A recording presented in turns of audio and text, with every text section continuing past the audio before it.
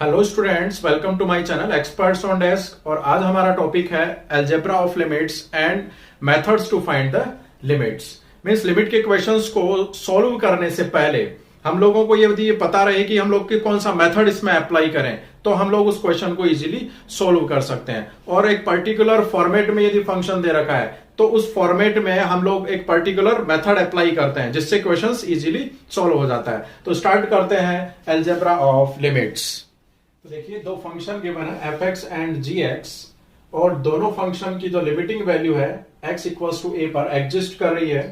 तो मेरे पास first property क्या है, यदि इन दोनों फंक्शंस का एडिशन और सब्ट्रैक्शन गिवन है और फिर मेरे को लिमिट की वैल्यू फाइंड आउट करनी है तो हम लोग इसको सेपरेट लिमिट की वैल्यू फाइंड आउट करके ऐड और सब्ट्रैक्ट कर सकते हैं। इसी तरीके से यदि इन दोनों फंक्शन का प्रोडक्ट दे रखा हो और फिर मेरे को लिमिटिंग वैल्यू फाइंड आउट करनी है तो हम लोग इन दोनों फंक्शंस की separate limiting value find out करके उनको मल्टीप्लाई भी कर सकते हैं। और यदि मेरे को डिवीजन दे रखा है और मेरे को लिमिटिंग वैल्यू फाइंड आउट करनी है तो सेपरेट इनकी लिमिटिंग वैल्यू फाइंड आउट करके और डिवाइड कर सकते हैं। लेकिन यहां पर एक चीज ध्यान रखनी है, यहां पर ये जो डिनोमिनेटर है limit X tends to A G X, ये मेरे पास जीरो नहीं होना चाहिए, क्योंकि जीरो पर क्या होगा, ये जो फ्रैक्शन है वो अनडिफाइंड हो जाएगा। तो इस कंडीशन को अवॉइड करना पड़ेगा। इसी तरीके से यदि कोई फंक्शन स्केलर से मल्टीप्लाई है और इस कंप्लीट फंक्शन का मेरे को लिमिट लेना है तो क्या करते हैं, स्केलर को लिमिट के बाहर ले लेते हैं और फिर जो फंक्शन है उसका लिमिट फाइंड आउट करके इसको उससे मल्टीप्लाई कर देते हैं। इसी तरीके से और मेरे पास प्रॉपर्टीज हैं।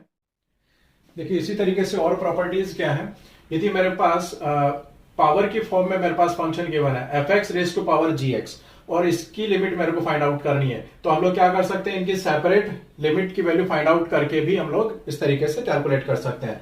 लेकिन यहां ध्यान रखना है, ये जो मेरे पास इस लिमिट की वैल्यू है वो हमेशा ग्रेटर देन जीरो होनी चाहिए, क्योंकि मेरे पास ये किस टाइप का फंक्शन हो गया, एक्सपोनेंशियल टाइप का फंक्शन है। और एक्सपोनेंशियल टाइप के फंक्शन में जो बेस है ये क्या होगा, कंप्लीट बेस है, और बेस की वैल्यू हमेशा क्या होती है, ग्रेटर देन जीरो। नेगेटिव नहीं लेते हम लोग एक्सपोनेंशियल फंक्शन के केस में, तो इस लिमिट की वैल्यू क्या होनी चाहिए, ग्रेटर देन जीरो।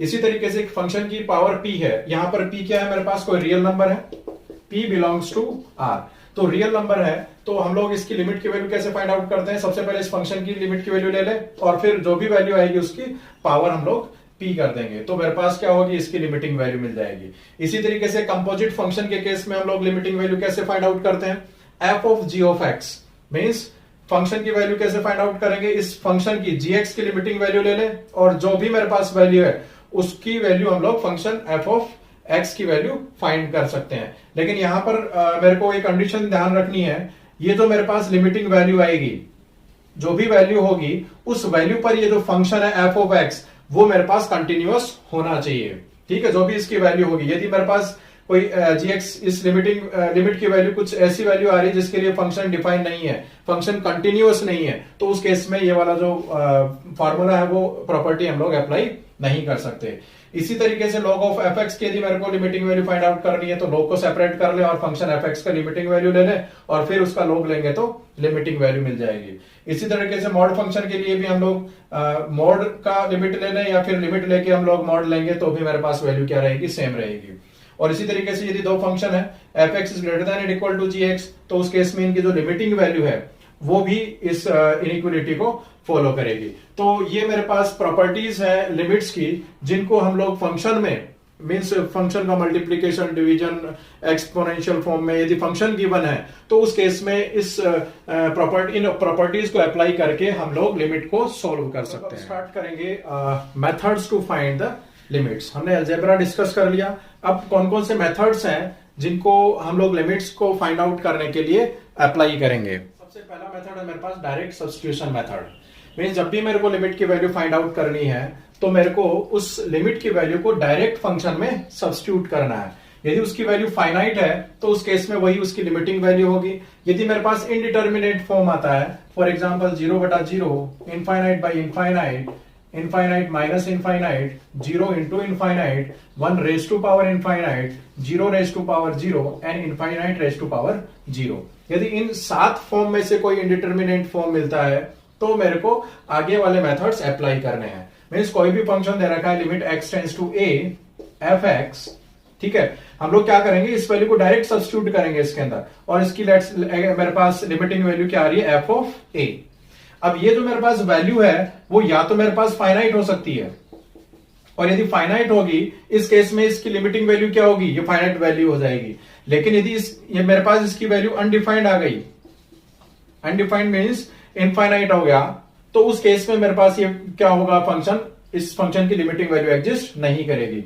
और यदि मेरे पास इनडिटर्मिनेट फॉर्म है, तो उस इनडिटर्मिनेट के फॉर्म में, यानी इन सातों में से कोई सा फॉर्म बन रहा है, तो उस केस में मेरे को क्या करना पड़ेगा, इस फंक्शन को फर्दर सिंप्लीफाई करना पड़ेगा, और किसी भी मेथड से सिंप्लीफाई करके हम लोग लिमिट की वैल्यू पुट करेंगे। और तब तक सिंप्लीफाई करना है जब तक कि मेरे को फाइनाइट वैल्यू नहीं मिल जाती है सब्स्टिट्यूशन के बाद में।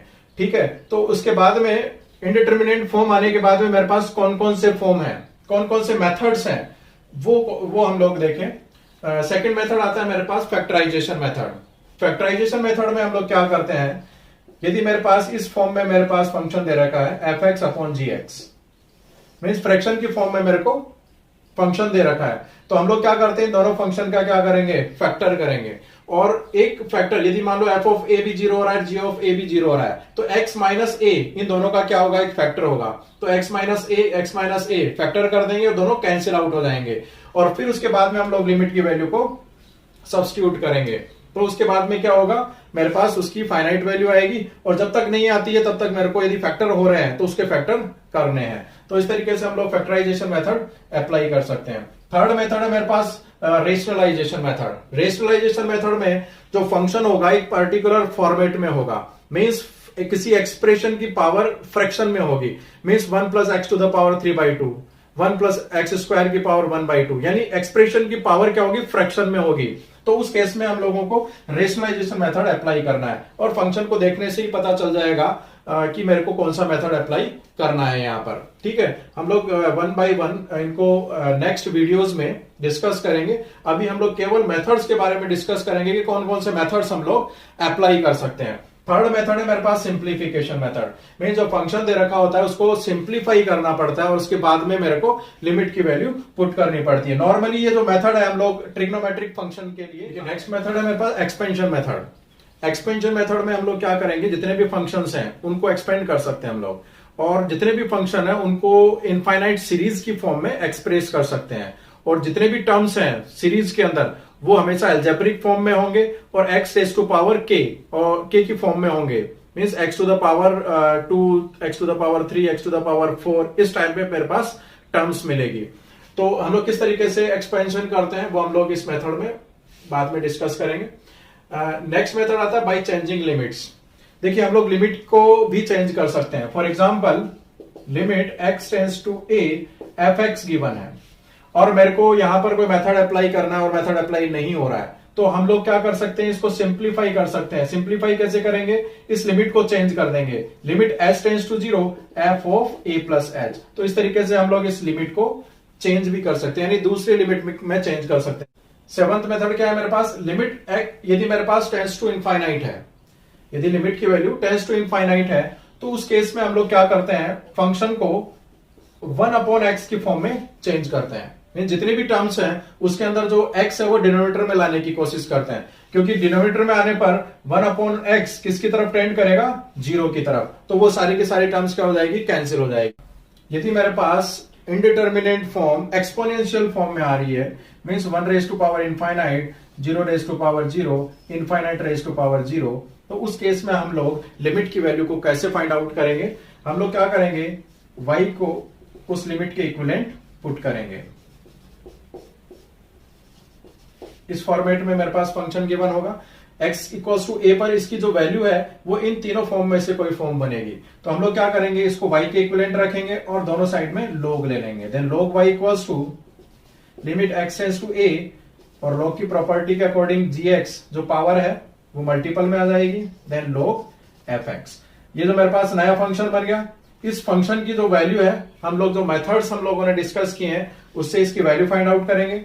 लेट्स इसकी वैल्यू मेरे पास क्या आ रही है, लैम्डा, कोई फाइनाइट वैल्यू आ गई, तो इस केस में y की वैल्यू क्या हो जाएगी मेरे पास, e raise to power lambda, और y क्या था मेरे पास, लिमिट की वैल्यू थी, तो लिमिट की वैल्यू क्या हो जाएगी, e रेज टू पावर। तो ये टोटल मेरे पास 8 मेथड्स हैं, और कौन सा मेथड कहां अप्लाई होता है ये प्रैक्टिस पे डिपेंड करेगा। हम लोग वन बाय वन एक एक मेथड से रिलेटेड प्रॉब्लम्स डिस्कस करेंगे और कितने टाइप की प्रॉब्लम्स हो सकती हैं वो हम लोग नेक्स्ट वीडियोस में डिस्कस करेंगे। हर एक मेथड के लिए एक सेपरेट वीडियो होगा, आप प्लेलिस्ट पे जाकर मेरे सारे वीडियोस देख सकते हैं।